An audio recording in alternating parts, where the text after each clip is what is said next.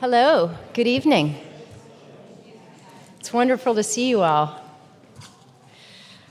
I'm Karen Wolf, and I'm the director and librarian of the John Carter Brown Library, and I'm so delighted to welcome you here.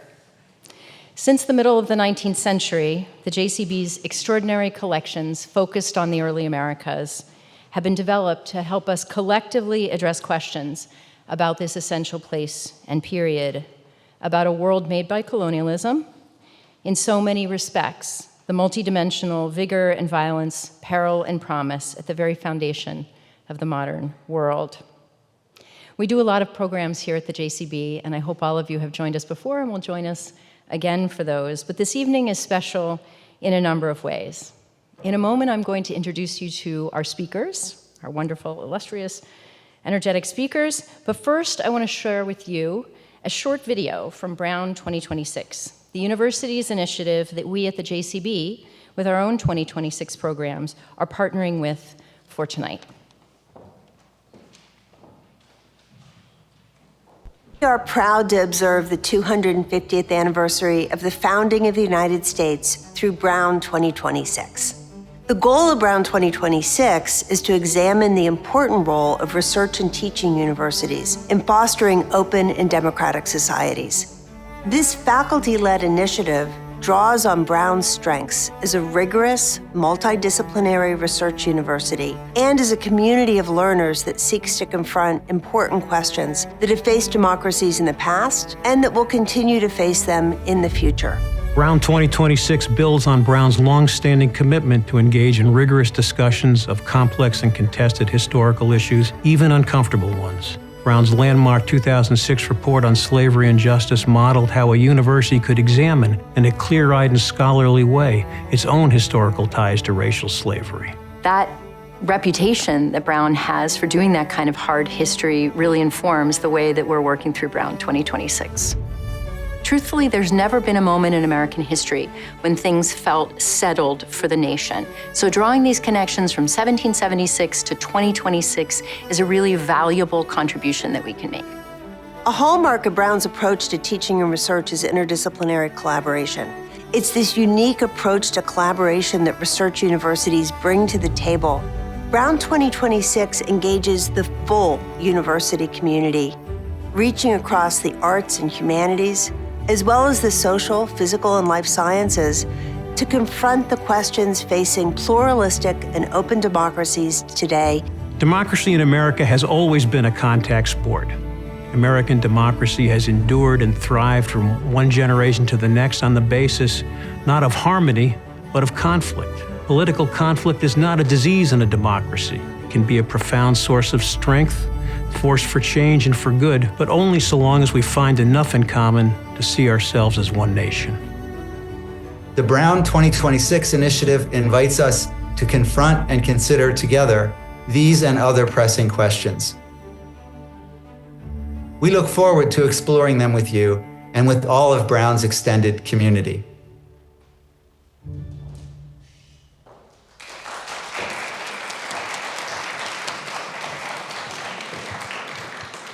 I'm clapping too, because I still find that moving, even though I've seen 1,000 cuts of it. I'm really grateful to Brown University President Chris Paxson and to everyone who's been engaging with Brown 2026, which is really just getting underway. It was announced last January, and as you probably know, this weekend is part of the public events launch. So our program tonight is part of that. So let me turn to this program. It is such a joy to introduce our first speaker, my friend Eric Slauter, a brilliant scholar of literature and books and politics and more, who is on the faculty of the Department of English at the University of Chicago, where he's also Deputy Dean of the Humanities. Eric is the author of The State as a Work of Art, The Cultural Origins of the Constitution, and an incredible number of influential essays, and his new book on the Declaration of Independence will be out for 2026. But tonight, he's going to talk about A Portable History of the Pocket Constitution. And then, after Eric's presentation, we're really honored to be joined by Rhode Island Secretary of State, the Honorable Gregg Amore, who is self-described on his website, I really love this, as a Rhode Islander through and through, a Rhode Islander's Rhode Islander. He taught AP High School History and Civics for 27 years, served in the state legislature, and has been our elected Secretary of State since November of 2022. In this critical capacity, he oversees, of course, plenty of issues and projects, including elections, for example. But super relevant to tonight, he also oversees our state archives, and he heads the Rhode Island 250 Commission. And I'm so glad he could be with us to talk with Eric after his presentation. Eric.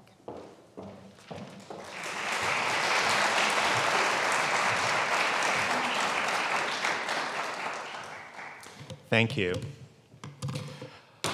Well, this has been an extraordinary week in the life of the Constitution of the United States. A document whose meaning shifts both by the addition of new words and by the reinterpretation of old ones. Last Friday, January 17th, then President Joe Biden issued a statement declaring that the Equal Rights Amendment had cleared all necessary hurdles to be formally added to the Constitution as the 28th Amendment. Later that day, he told reporters that the ERA is the law of the land. On Monday, January 20th, President Donald Trump issued an executive order declaring that not all persons born in that land should be recognized as citizens, and explaining that the words of the 14th Amendment have never been construed to encompass, quote, all persons born or naturalized in the United States. So this is an excellent time to be thinking about constitutions, and I'm grateful to Karen Wolf and to the organizing committee for bringing me to campus as you begin an exploration of the role universities play in fostering open and democratic societies.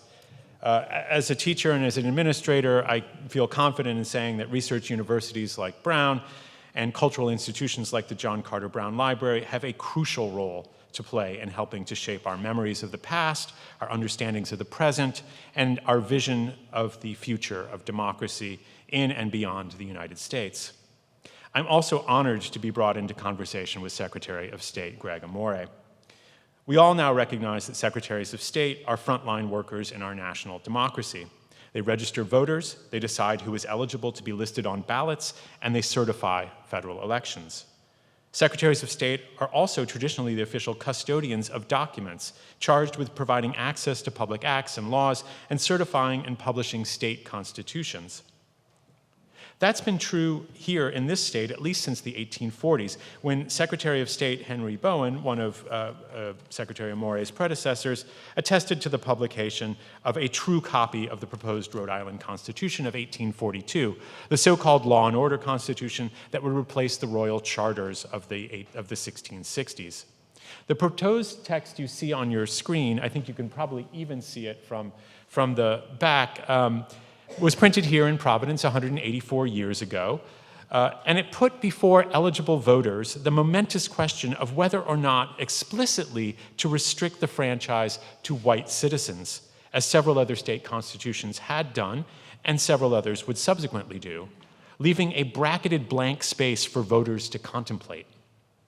This document is really a tale of two brackets, since it also allowed, parenthetically, in probably something you can't see super well, it also allowed, parenthetically, an exception for women as non-electors to serve and hold public offices on school committees. So given the role secretaries of state have played in publishing constitutions and overseeing elections, it is especially exciting to get a chance to talk with the secretary. But as Karen said, this is no ordinary secretary. He has a distinguished and decorated record in education, having taught AP U.S. history, civics, and government courses to high school students for nearly 3 decades. U.S. history teachers today find themselves on the front lines, too, especially as different groups seek to use the levers of government to advance views of the past that often strike professional historians as inherently false, anachronistic, one-sided, or designed deliberately to erase the arcs of American history in an attempt to return us to some imaginary moment of fixed meanings and origins. Our students need to learn the ability to think historically, to place events into different contexts, to trace causes and effects, to recover voices, to see the past not as a hopeless series of dates and events to memorize, or as an antiquarian site to escape the ills of our present, but as a space for reflection about the relations between past, present, and future. I have several takeaways for you in my remarks today, but I'll preview one now. With all due respect to those adults in the room who have devoted significant time to studying the Constitution, and I am one of those, it strikes me that the Constitution, across the past 2.5 centuries, has most often been found in the hands of children. It's not a children's book, obviously, but civics education in the United States is nearly as old as the United States itself. And its history is one of the things we should consider as we think about the role educational institutions can play in fostering democratic societies today. When rare printed copies of the Constitution are displayed under glass, as some are in the back there, they are sometimes described as one might a material work of art. Just as a painting consists of oil on canvas, a Constitution is quite simply and literally ink on paper. And the ink on paper of America's founding political texts has arguably never been more valuable than it is today. Individual and institutional collectors have made rare copies of early constitutions some of the most highly prized textual artifacts in the history of American printing. In 2021, an auction of constitutions and related documents at Sotheby's generated headline-making prices. Early printings of state constitutions set records. John Dunlap's 1776 printing of the Constitution of the Commonwealth of Pennsylvania, the very first to be separately issued as a pamphlet, is a true rarity. Only 5 other copies are known, and one of those is in the back of the room here. This is a landmark document in the material history of what arguably was the greatest innovation of the American Revolution, the idea of a written constitution. And this one, Pennsylvania's, of all the new state constitutions, was the most democratic. It started, like some others, by declaring that all men are born equally free and independent. But it also demanded that public bills circulate in newspapers before they could be enacted as laws. It opened the galleries of the assembly to its citizens. It embraced and empowered a unicameral legislature unchecked. And it did away with the title and office of governor. At Sotheby's, this democratic constitution sold for just over $100,000, 4 times the price paid for the very same copy in 2013. Even more sensationally, following a bidding war between a cryptocurrency collective of over 17,000 individuals and a single hedge fund manager, a pre-public printing of the proposed Constitution of the United States, prepared on September 18, 1787, by John Dunlap and by his partner David Claypool, fetched the highest price ever paid for a document.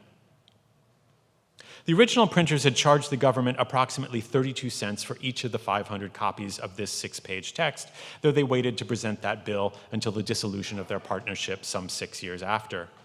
Surviving copies have never been exactly cheap at auction, but the same copy sold in 2021 had been acquired by the seller in 1988, during the celebrations of the bicentennial of the Constitution and in the infancy of the originalism movement, for what now seems to be a bargain, $165,000. In 2021, it was resold for $43,173,000. Such treasures are prized by collectors and investors who often graciously allow them to be placed on display for the public at museums or libraries. That was true, as Ken Griffin Jr. did at the Crystal Bridges Museum of American Art with this artifact in 2022. And of course, they can sometimes be valuable to scholars. For what it's worth, it's not widely known that the $43 million Constitution includes a tantalizing typo in Article 5 related to amendments to abolish the slave trade. Here, a printer in Philadelphia has accidentally limited Congress's ability to make such amendments not to 1808, 21 years in the future, but to 1708, 79 years in the past. Oops. But documents like the $43 million Constitution inevitably reveal more about the activities of extraordinary framers, or the practices of printers, than ordinary citizens, of Constitution makers and authors, rather than Constitution takers, carriers, and readers. They speak less about the lived experience of constitutionalism, of how and where Americans encountered their Constitution, and how such physical text encouraged we the people to understand, value, and define their rights, or to criticize fundamental laws than the more humble, and to be true, less collected examples that began to circulate in the founding era and have been produced ever since then for legislators, political parties, fraternal organizations, soldiers, trade unions, customers of banks and insurance companies, members of political advocacy groups, English and non-English speaking immigrants, and school children. Historians have largely ignored these lower-end texts in writing the constitutional history of the United States. Indeed, these documents almost never appear at center stage in any of our narratives of the rise of constitutionalism in America, or even of constitutional veneration, the topic of a wonderful recent book by Aziz Rana. Research libraries have not always actively sought later examples of small-scale constitutions for their collections, and additions to the text that have been published and disseminated in thousands and even millions of copies, often with glosses and interpretive apparatuses to guide particular readings of the text. These are typically held by fewer libraries than the handful who have custody of a rare copy of Dunlap's 1776 printing of the Pennsylvania Constitution. And so I have taken upon myself to start collecting these sometimes fragile and ephemeral documents. I now have over 300, with examples from each of the decades of the past 250 years, and so my talk today represents an initial reflection on what I've been able to learn by considering individual copies of the Constitution across time. If you want to know the fair market value of an original 1787 printing of the Constitution, you can look to Sotheby's. But if you want to discover ephemeral copies of our nation's durable constitutional texts, look to eBay, where I have found many of the documents I'll speak about, often paying more to ship them than to purchase them.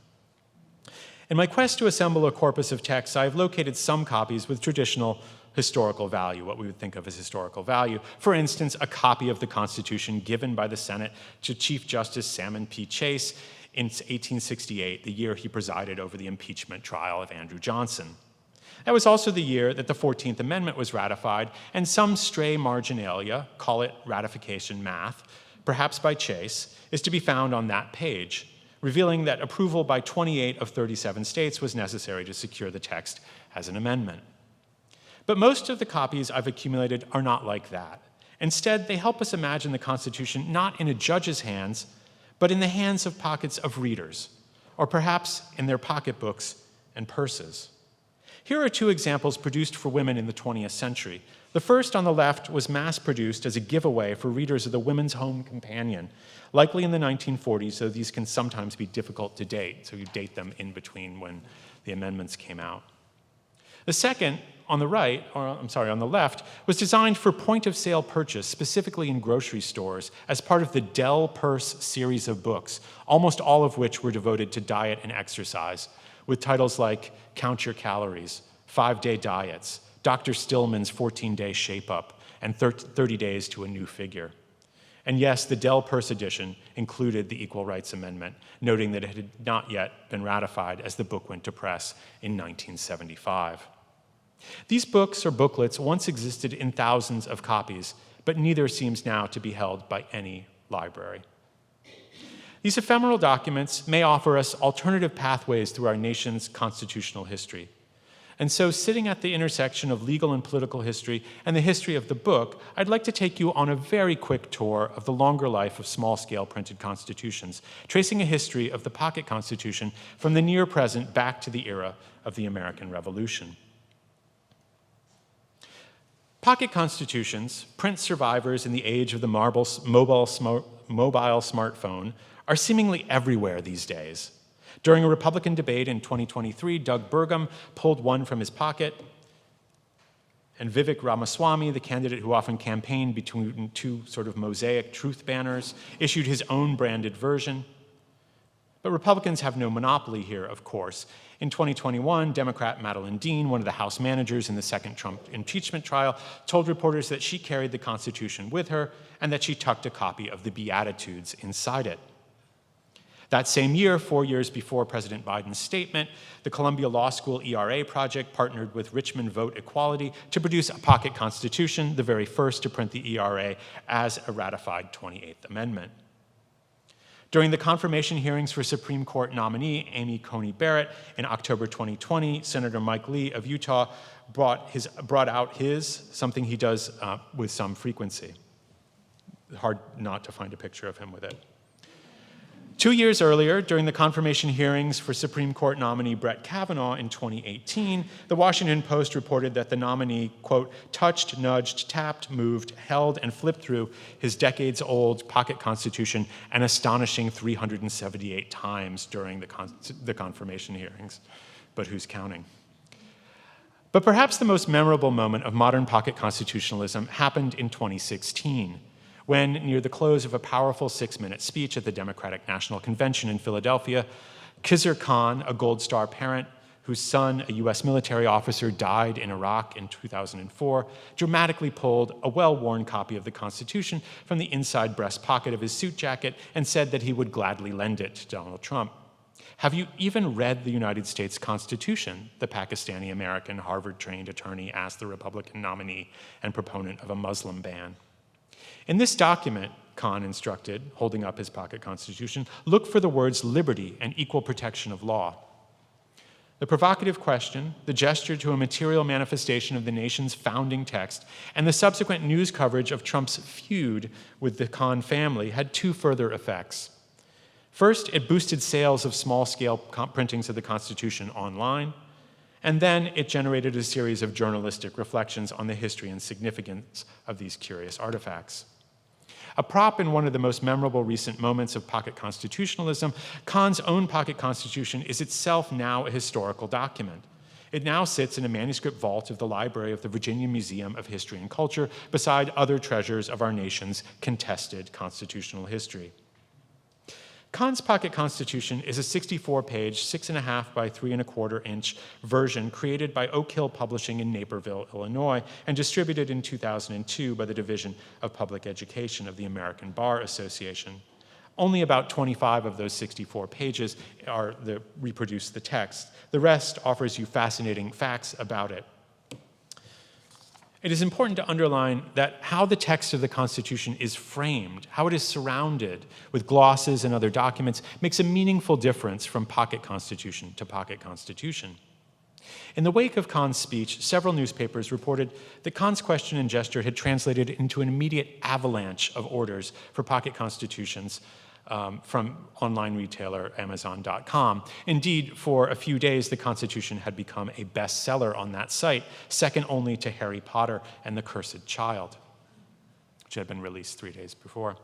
Most reports of the sudden spike in sales of pocket constitutions in the national news, especially the text-based, print-based news, were decidedly upbeat, celebrating a surprise civic lesson and a chance for Americans to become better acquainted with a founding document. As the news cycle rotated, and as online vendors struggled to keep pace with demand for pocket constitutions, a few reporters dug deeper and followed the money, spurred on by a press release from the Center for Biological Diversity. The $1 copies of a 64-page pocket constitution sold through Amazon were not, it turned out, identical to the one Khan had pulled from his own pocket. They contained additional material beyond the text of the Constitution. Indeed, the New York Times noted that the best-selling copy on Amazon contained, quote, ultra-conservative annotations and commentary by W. Cleon Skousen, a man described by another reporter that week as Glenn Beck's favorite conspiracy theorist. The best-selling Constitution of the summer of 2016 was in fact the same one carried and brandished by roughly a dozen armed far-right extremists just months earlier when they seized and occupied the Malheur National Wildlife Refuge in January 2016 under the leadership of Ammon Bundy. Ammon and his brother Ryan had earlier participated in another armed standoff, armed again with both guns and pocket constitutions, against the Bureau of Land Management at his father Clive Bundy's Nevada ranch in 2014. A year before Khan reached for his Constitution, Betsy Woodruff had started to sketch some of the outlines for a history of the pocket Constitution. In 2015, she told readers of Slate, who might associate pocket constitutions as exclusive accessories for the Tea Party, that the history was in fact notably non-ideological, stretched back at least 5 decades, and had a surprise. Democrats had been instrumental players in the ascendancy of the pocket Constitution. The earliest reference to a pocket-sized printing of the Constitution by the federal government Woodruff could locate was from 1965, a resolution introduced by Representative Wayne Hayes, a Democrat of Ohio, authorizing the printing of 64,500 copies of a pocket-sized edition of the Constitution as a House document. At that time, in 2015, Susan Herman, then president of the ACLU, recalled the Watergate hearings as the first instance when prominent politicians used pocket constitutions for effect. And video of the hearings does indeed show Irving reading directly from his copy of the Constitution while questioning witnesses. But Irvin was hardly alone in Washington in that period. Justice Hugo Plack told CBS reporters in 1969, in the first TV interview with a sitting Supreme Court justice, that he carried a copy of the Constitution because he didn't know it by heart and wanted to be precise when he quoted its text. He clung to it throughout the interview. And pocket constitutionalism, the carrying, studying, and sometimes theatrical deploying of small-scale copies of founding texts by politicians and ordinary people, is not a phenomenon, is a phenomenon with a much longer history. Indeed, the government had printed much smaller editions in the 1920s, 40-plus years before the pocket editions deployed in Watergate. A version printed at 5 cents was published by the Bureau of Education of the Department of the Interior as early as 1921, representing one of the smallest printings of the text ever to be issued by the government printing office. One of the most spectacular deployments of this pocket constitution came in early 1956, when the Mississippi-born Chicago disc jockey Al Benson, in the wake of the murder of Emmett Till and the resistance to the Supreme Court's desegregation decisions, decided to bombard Mississippi with precisely those small-scale government-issued constitutions on Lincoln's birthday. He told reporters that as much as he detested the Iron Curtain, he was more concerned with what he called the ironic curtain that had been lowered over Mississippi. "It must be penetrated," he wrote. "And if it isn't against the law to educate our people in America, I'm going to unloose a barrage of propaganda in the form of the Constitution and the Bill of Rights." He wanted to remind Mississippians that, quote, "they're living under a democracy." And so he paid $375 for 5,000 copies, which were delayed in printing and shipping, and he eventually chartered a plane for $488 and made a drop on Washington's birthday. The Chicago Defender noted that NAACP legal whiz Thurgood Marshall called to congratulate Benson, and the national press picked up the story, reporting that, quote, "many angry citizens in Jackson, Mississippi, ripped up the booklets as they hit the ground." Weeks later, a DJ from Mississippi retaliated by airdropping 25,000 small Confederate flags across Chicago. The question of who owns the Constitution runs like a thread through American history. A decade before Benson's freedom flight, the United Rubber Workers of Akron, Ohio, issued a copy of the Constitution in 1941 that stressed that members of the Union should fully appreciate the rights guaranteed all Americans by these precious documents, before immediately noting on the cover that notwithstanding these safeguards, our history has been clouded by the shabby treatment extended the many by the few.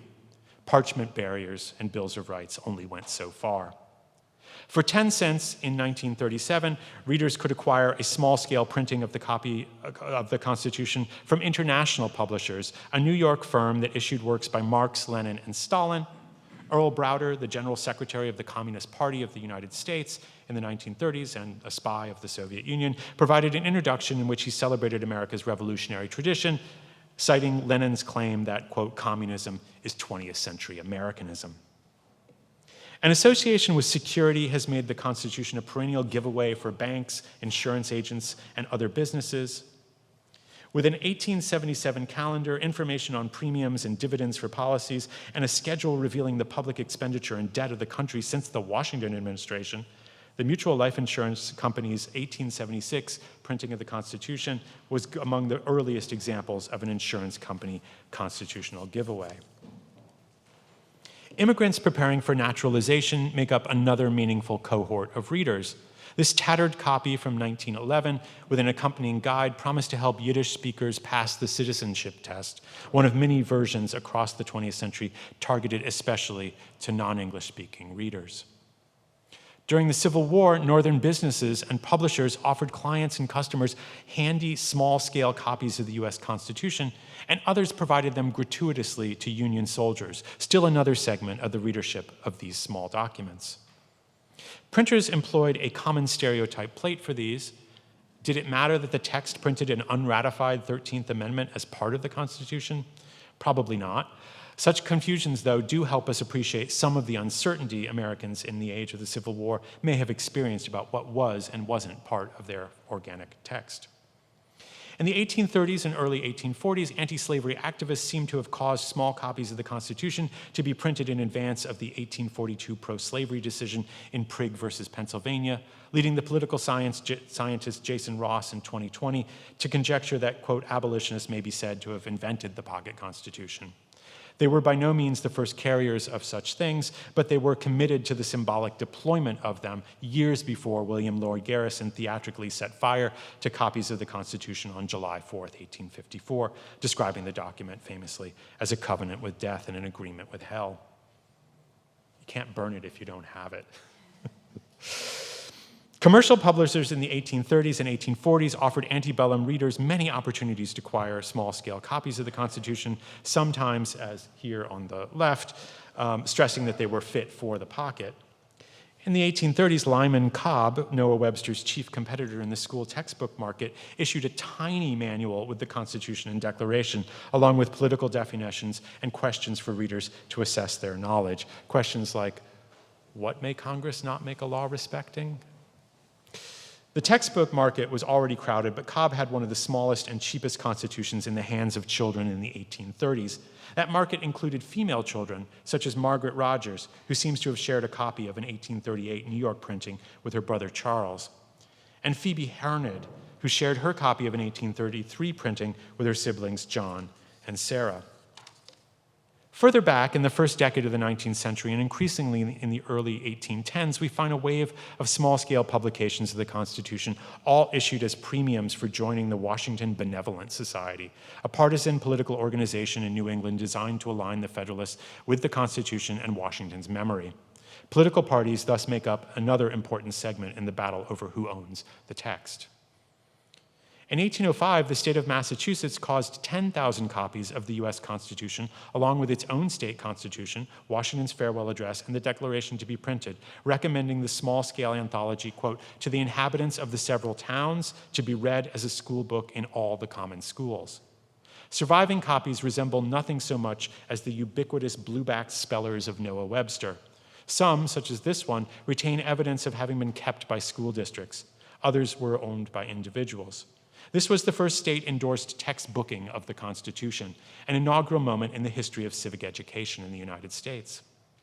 Okay, I've taken you back 220 years.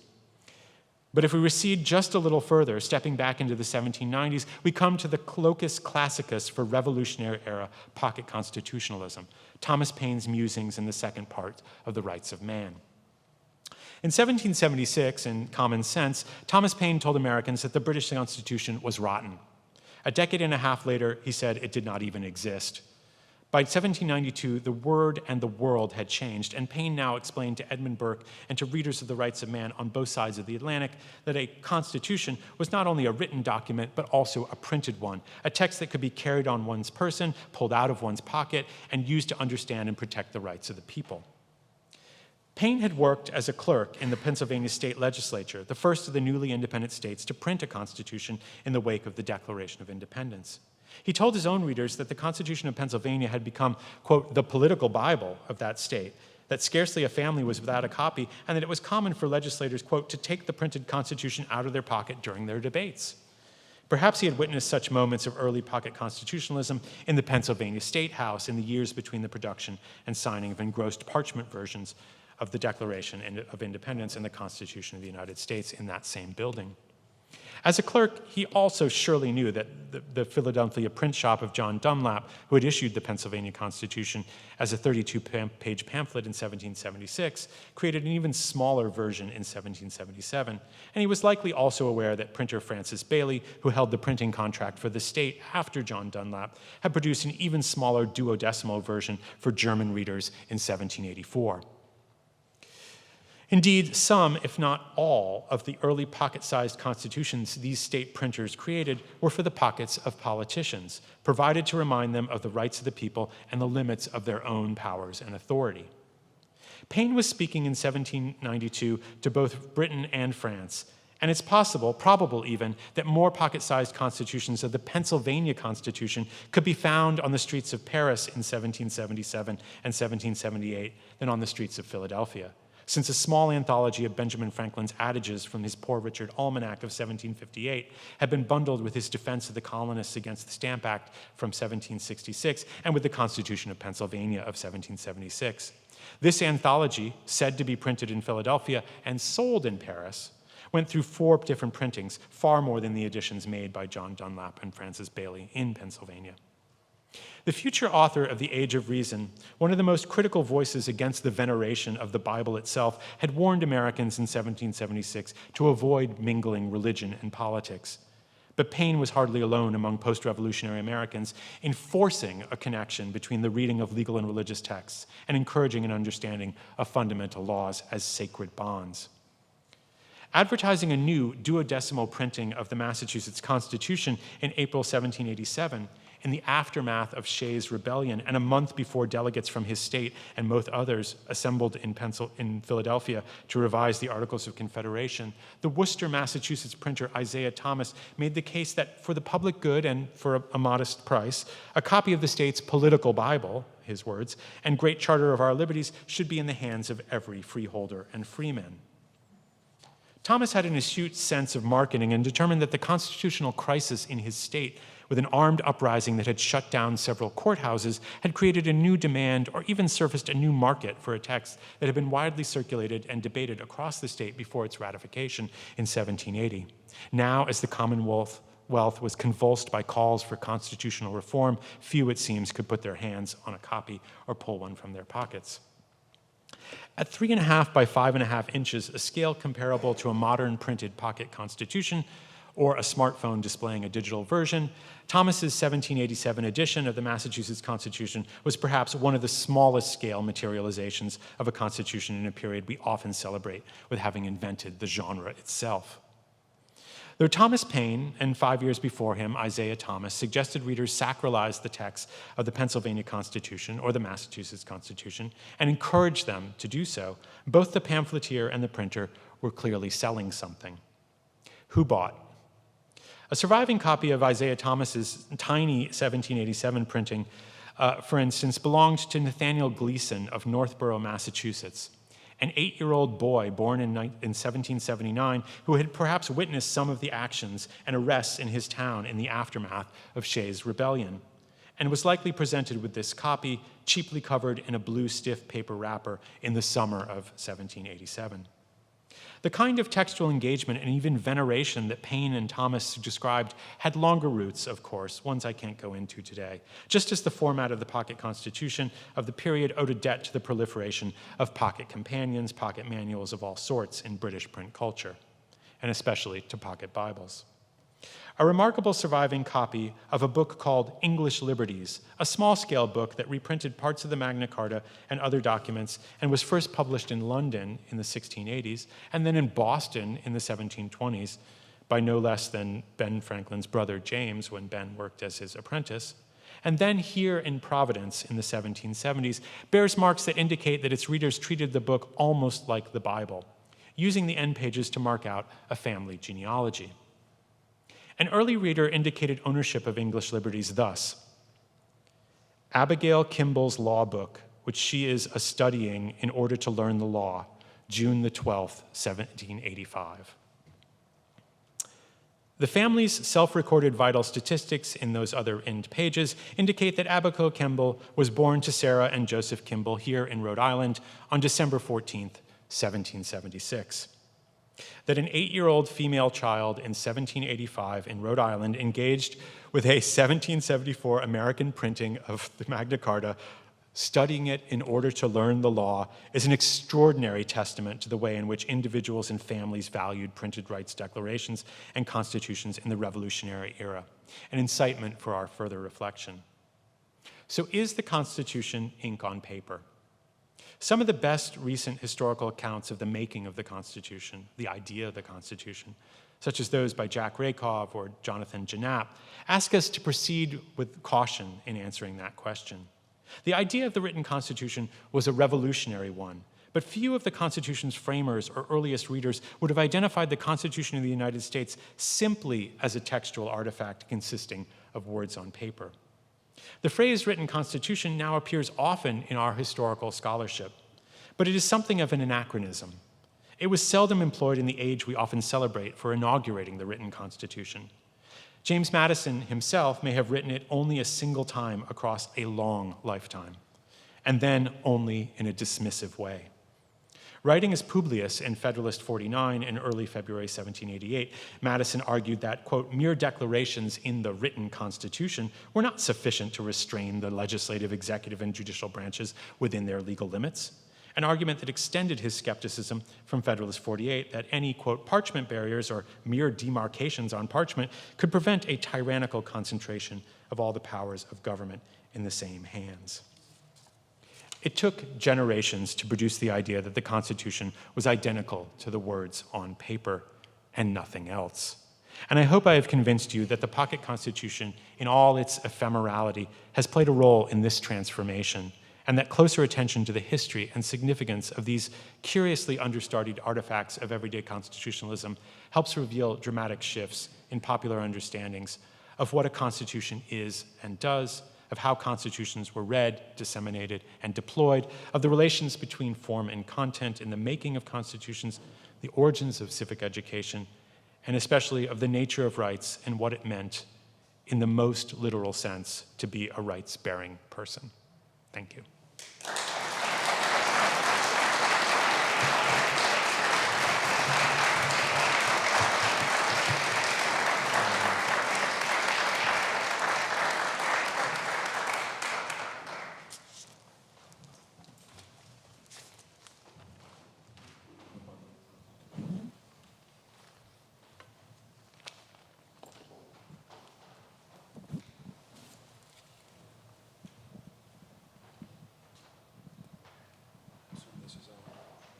Hi.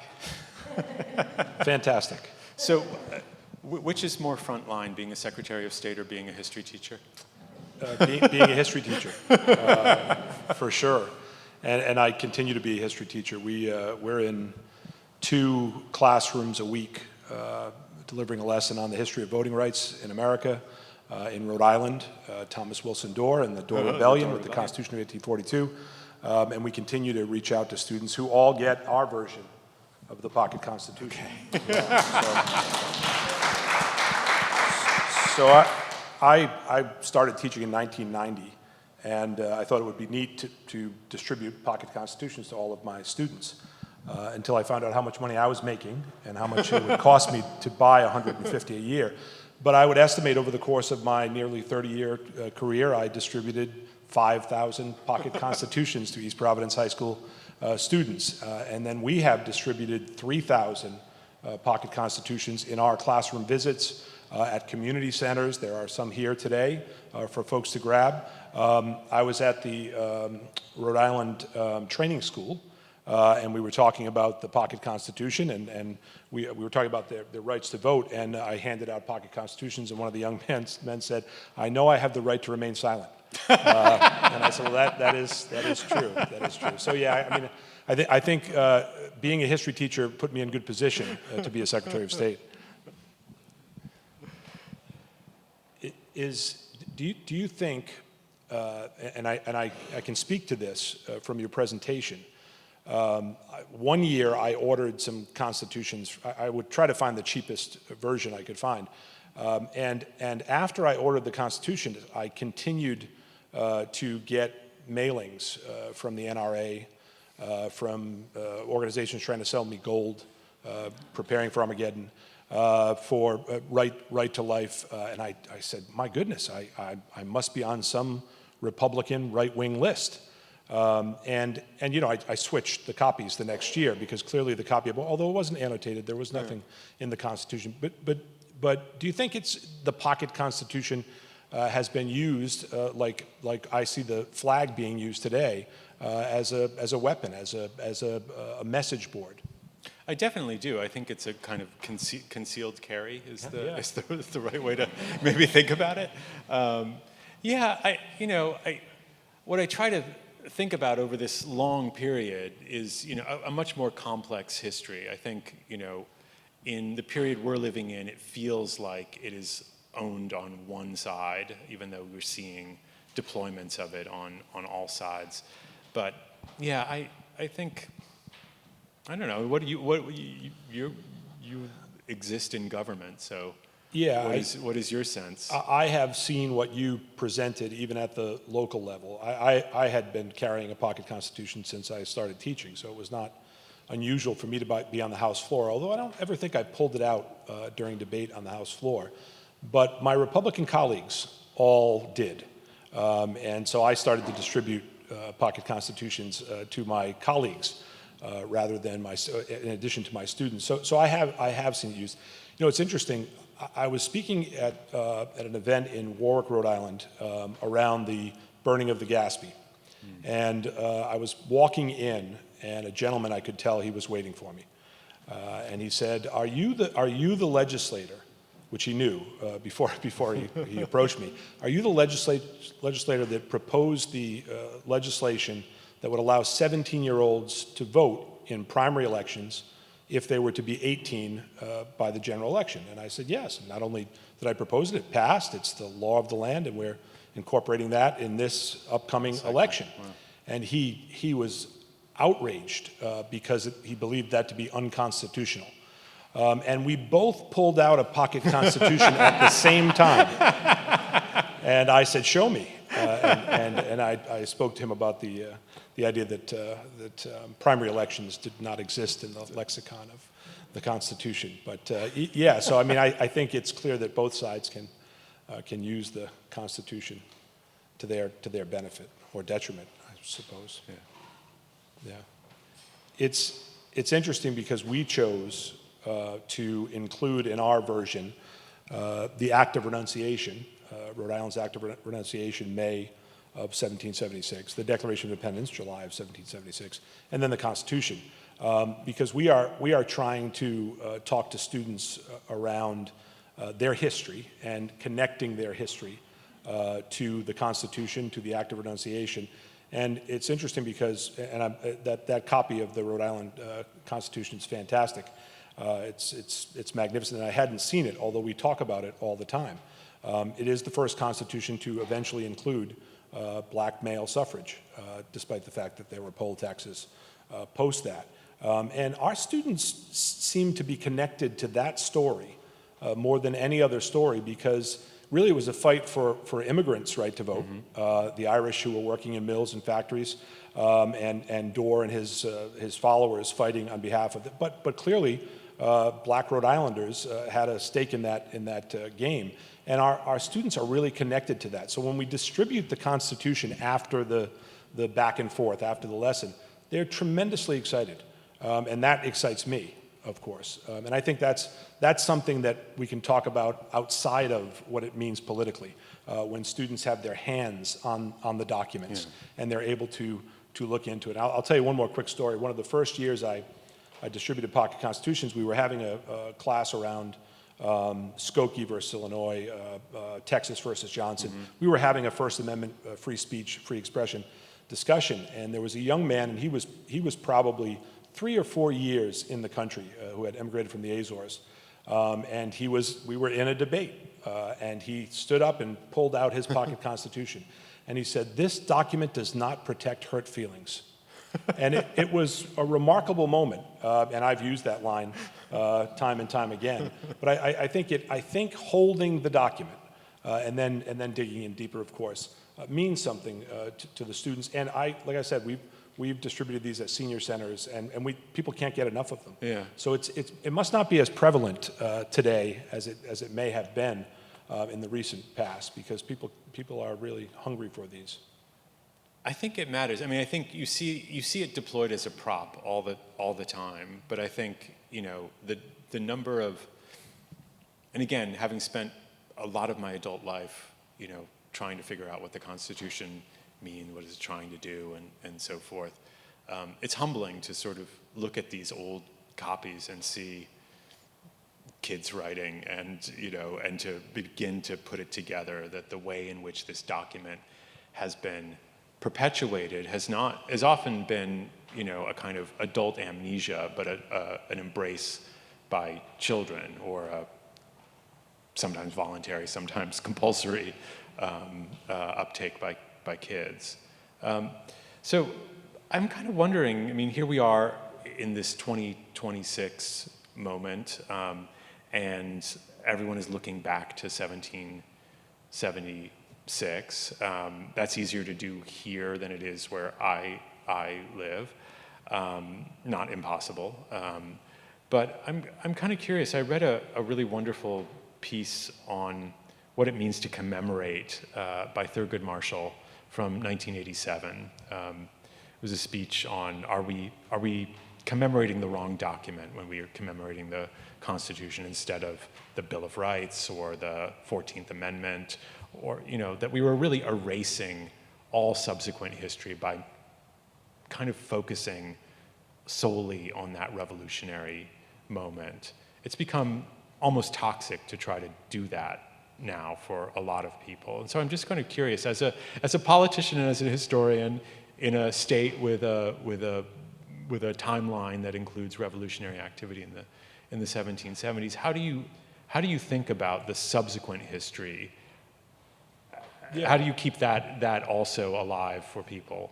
And it is a challenge. And chairing the RI 250 Commission, and Lauren Fogarty is here, who runs that commission for us, from our staff. There were days spent on the difference between commemoration and celebration. Mm-hmm. There were days spent talking about what RI 76 looked like as compared to RI 250. And moments where, and by the way, the commission in 2025 looks much different than the commission did in 1976. It is diverse. It looks like Rhode Island. But I think the application of these documents in however we can, connected to the march toward a more perfect union, or as Dr. King referred to these documents, promissory notes. Yeah. And so I think that's what our commission is focused on. And it was eye-opening for me to hear, because I remember RI 76. I remember somebody sticking a tricorn hat on my head and marching me down the street in East Providence, Taunton Avenue. We had a member say, the tall ships are nice and they will draw visitors, and there's certainly money to be made. But think about how our indigenous population thinks about tall ships coming down Narragansett Bay. And, so we shifted gears. And I think that's what we need to talk about. And just to piggyback on that, most Rhode Islanders had no idea about the 1st Rhode Island Regiment, the first integrated regiment in American military history. And we're bringing the portrait of them from the American Revolution Museum in Philadelphia to be on display at the State House and then in Newport.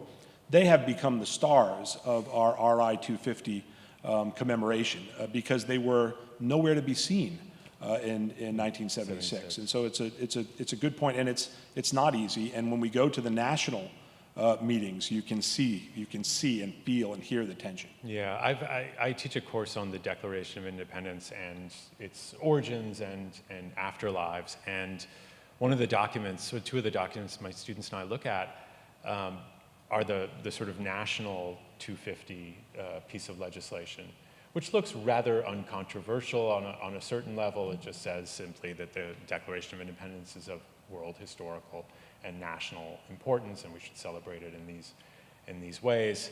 And then to contrast with the piece of Illinois legislation, which does not mention the Declaration at all, and begins by saying Illinois was created 42 years after the Declaration, and thousands of years after indigenous populations had existed there, that it was a site for the forced location of Native peoples across the 19th century, that it maintained slavery even though it said it didn't, and then it kind of pivots and says, but Abraham Lincoln was born, came from here, and Illinois was the first to ratify the 13th Amendment. And, it just sort of continues on and says it's been important in the economic, and it's been a site for refugees and immigrants from around the world. And the most important thing is to try to balance those the upbeat stories, or what are taken to be upbeat stories in Illinois, with the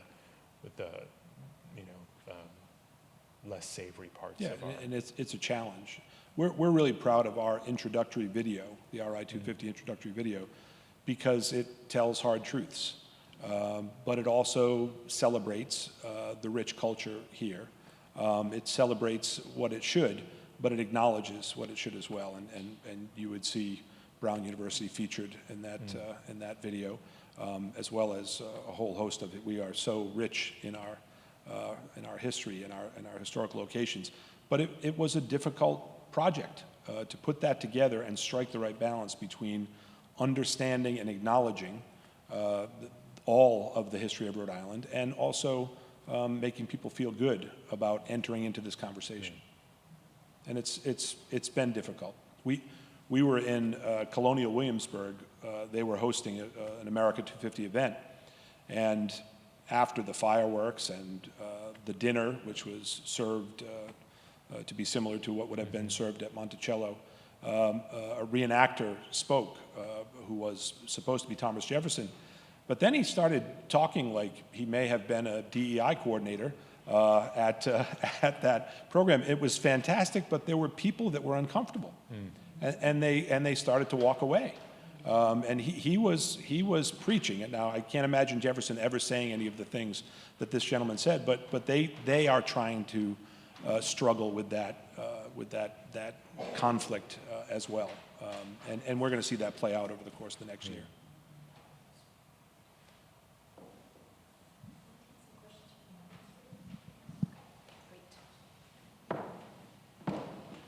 So I think we have a few minutes for audience questions, if you all have any. I know I do, but okay, there we go. Seth Rockman, I am shocked that you have a question for these gentlemen. It is shocking. And MJ has a... Thank you. Hi, I'm Seth Rockman. I teach in the history department here at Brown. And I'm also a devotee of the Dorr Rebellion, the most important thing in American history that most people out of Rhode Island have never heard about. And of course, it is the People's Constitution that I'm particularly attracted to, not because of its racist exclusion of black voters, but because of its notion that when a government doesn't work, the people have the right to write a new constitution, to ratify it through extraordinary means, external from the existing government, and if they do in fact ratify it, they become the government. That is truly a remarkable moment, and that law and order constitution that we saw was not a gift of benevolent leaders, that was pressured from below, and I think that's a really important thing to think about. But it also reminds us that just this fall, we had a ballot initiative here to have a constitutional convention here in our state, and that was resoundingly defeated. But there is some notion that written constitutions are straitjackets, and that we are now 200 some years living under a constitution written, as one meme says, by men who would have been astounded by the existence of a washing machine. And the kinds of institutional structures that are set up in that constitution, a Senate that presumably represents property, et cetera, have made it impossible to create the kind of laws that would actually work for the majority of Americans. So how do we think about constitutions as living documents, not just amendable, but totally changeable? And what work does the written constitution, the pocket constitution, do to, I think, limit the imagination of American citizens in terms of their capacity to write a different kind of future? I'll take a crack at that. Thanks, Seth. Because I'm on eBay a lot, searching for constitutional IANA, let's say, I see a lot of t-shirts that say things like, the Constitution doesn't need to be rewritten, it just needs to be reread. And,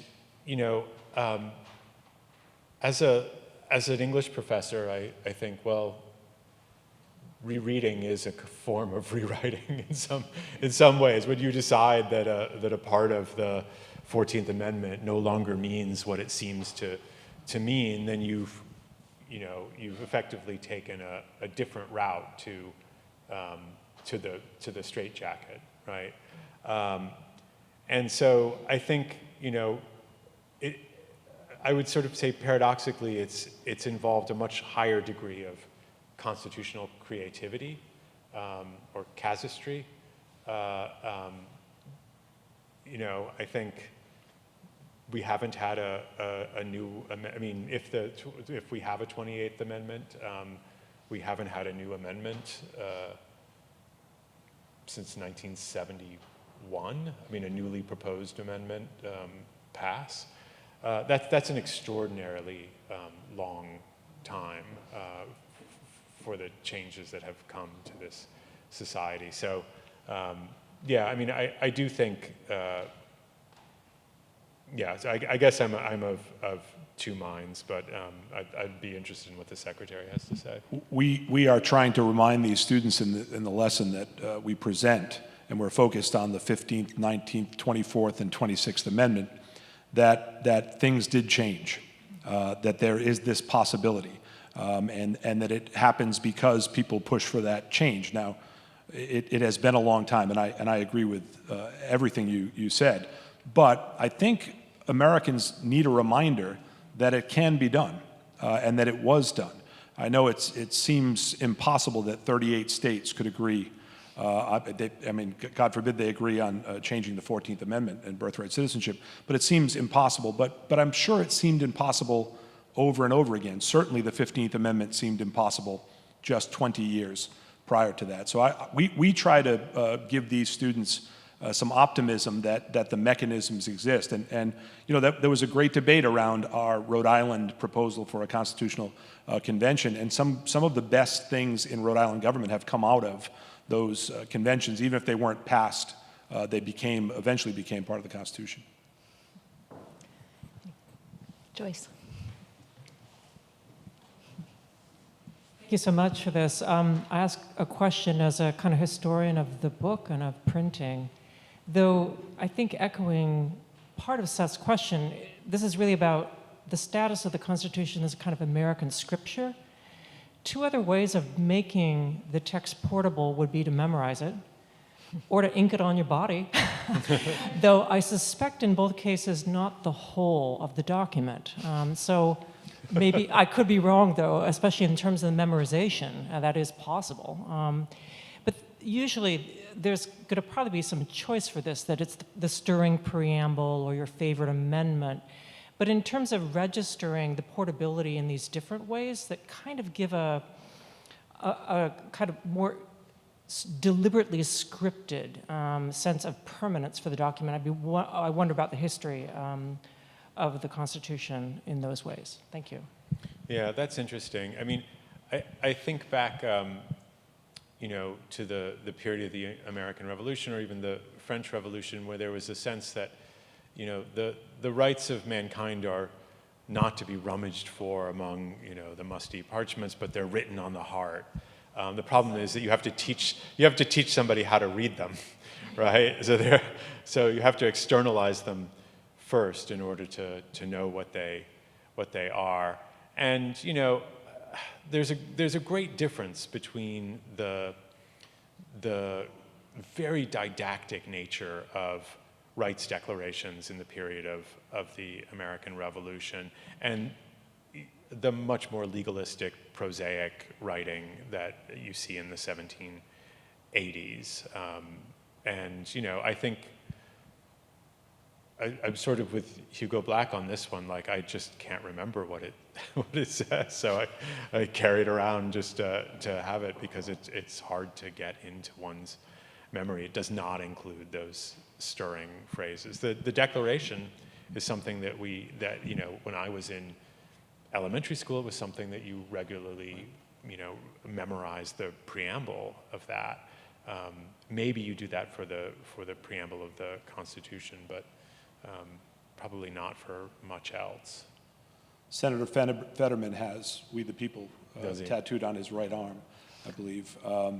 So I often talk about Lincoln's Lyceum address, unknown at the time. It became famous after he became president, but he was a young Whig representative in Illinois, and he talked about the preservation of democratic institutions in that speech, and talked about a discussion around the principles of the Declaration of Independence and the Constitution, and that is how we maintain that constant conversation, almost a civic religion.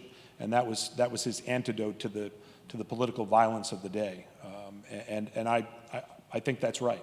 I think that's right. I don't think the conversation is happening enough and in as many places as it should be. And the bundling of the documents is another important thing. I mean, there's a line that you see in a lot of the constitutions from the period of the 1980s, that the Declaration was the promise and the Constitution was the fulfillment, which is a very theological way, I would say, of reading, of linking the Old Testament and the New Testament in a particular way. But those are the words I think that are stirring to people. And still, so every Supreme Court justice is asked about the relation between these two things, and we'll get very poetic about the spirit of the American project, and then very prosaic about the Constitution. Professor Vorenberg. Hi, I'm Michael Vorenberg. I'm in the history department too. Somewhat shocked by my colleague Seth Rockman, because I thought he was going to ask a different question, which is not my question, but I'll throw it out there, which is, what if one focuses on the pocket and not the Constitution? Yeah. And the question then being, who had pockets, and therefore who could and could not carry constitutions? Now that's a material culture question, which is why I look to Seth. But that's not my question, and Seth may have the better answer to that question than anyone here. My question has, because I wrote a book about the 13th Amendment, and that amendment does what some amendments do, which is that it forces a change of the wording of the original amendment. And that happens with the 12th Amendment, the Electoral College, happens with other types of things. So when you have something that necessarily changes the original document, in the case of the 13th Amendment, there's a few changes, but the most obvious one is the 3/5 clause. You then have an interesting choice as a printer, which is you can leave the text there, the original text, and put it in, today you might see it in italics, you could cross it out, or you could remove it entirely. And I've always seen in the documents in the constitutions I collect, I've never found one where they've taken it out. I've never seen a proposal for them to take it out. During the debates about the 13th Amendment and the aftermath, I've never thought people, not even the radical abolitionists said take it out. And I've always thought that's kind of interesting, that it's not even really something that seemed to have crossed people's minds. So first, I'm wondering if it did cross people's mind, whether it's on the slavery issue, which would be the obvious one. And I think it's actually rather interesting and perhaps even maybe redeeming in some way to keep it there as a reminder and not erase it, the it in this case being the 3/5 clause. But I wonder if you've run into proposals for that. I've never seen it removed either. And I think, that example of the Salmon Chase, first printing of the 14th Amendment in a governmental printing office version, they immediately bracket, the bit in Article 1 that is modified by Section 2 or 3 of the 14th Amendment. And I think that ship sailed in 1789 when they basically decided that they would not interweave amendments into the text of the Constitution, but would keep them as a kind of supplement.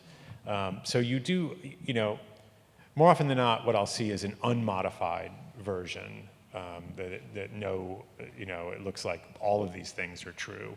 And occasionally you do see, from more reputable printings, like the government printing office, a desire to,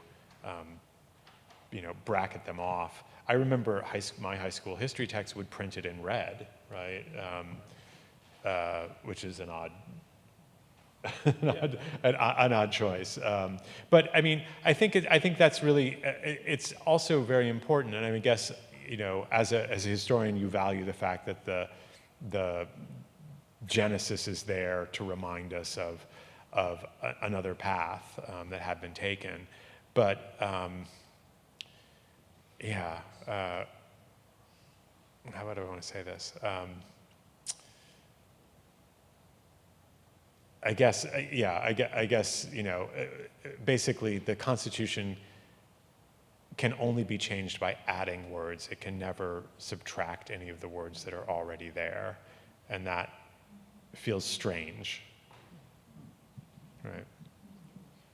Is that true for the state constitution? Yeah, or do you? it is. It just accumulates. It can is. Never, general it can never laws. contract. General laws are Yeah. different, of course, but that is true. You know, we changed the name of the state of Rhode Island to the state of Rhode Island from the state of Rhode Island and Providence Plantations, and the seal in the State House, in the rotunda of the State House, is still there. It's covered with a carpet. But I have been calling for that seal to remain as is, so we can talk about this on the tours, so we can have a conversation around why that was there and what that meant. And I think that's to your point.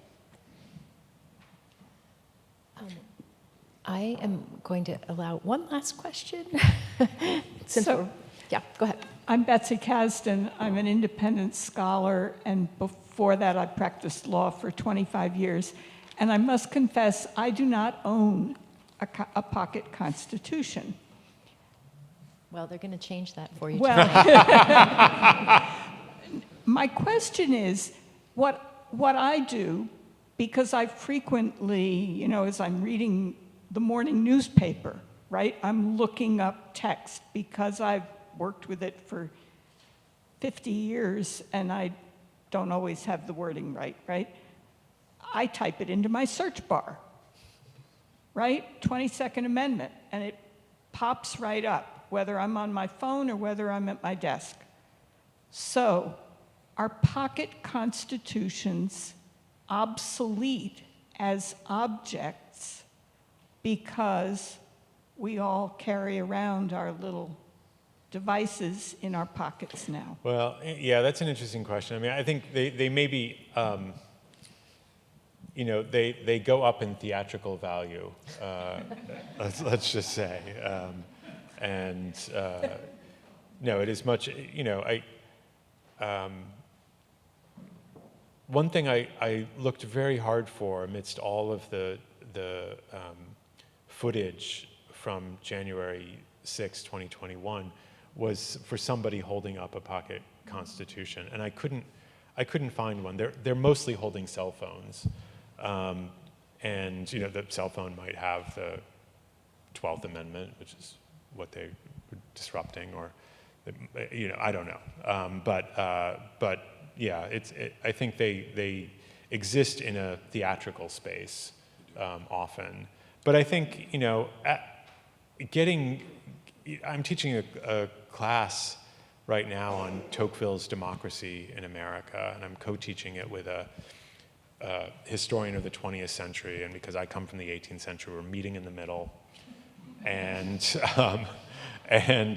he's a political historian who is really interested in how Tocqueville has been used and taken up over time. So he's got the responsibility for everything that Tocqueville, everyone who has read Tocqueville since John Stuart Mill in 1840.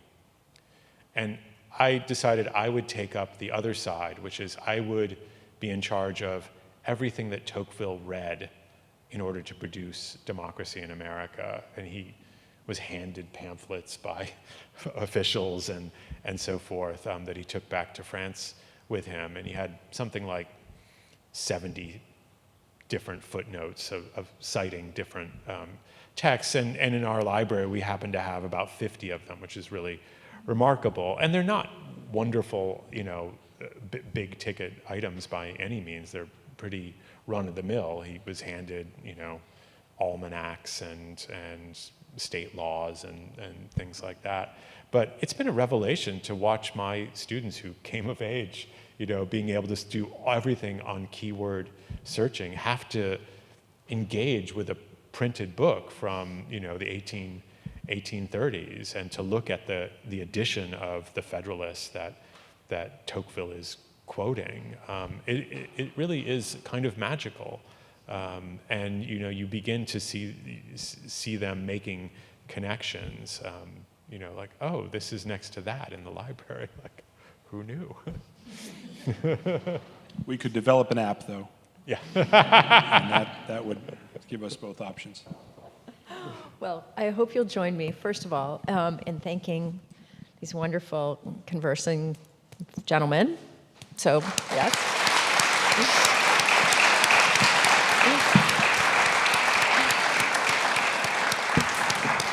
Thank you both so much. That was really a great conversation. Obviously, I'm still thinking about what you're saying because I can't get words out of my mouth. I also want to say just a couple of quick things. One, I want to recognize members of the Brown 2026 steering committee who are here with us, co-chair Kevin McLaughlin and Seth Rockman, who has already shown himself, as it were, and Dave Skarbeck. Thank you so much for being here, and thanks to all of you. We do have some copies of materials in one of the cases back there, locked case, just saying, roughly. And we do have a reception, but they're going to move that speaker first. So let's give them a little space for them to move that speaker. And again, thank you so much for being here. It was really, really fantastic. And I'm coming straight over there to get that copy. Okay, thank you.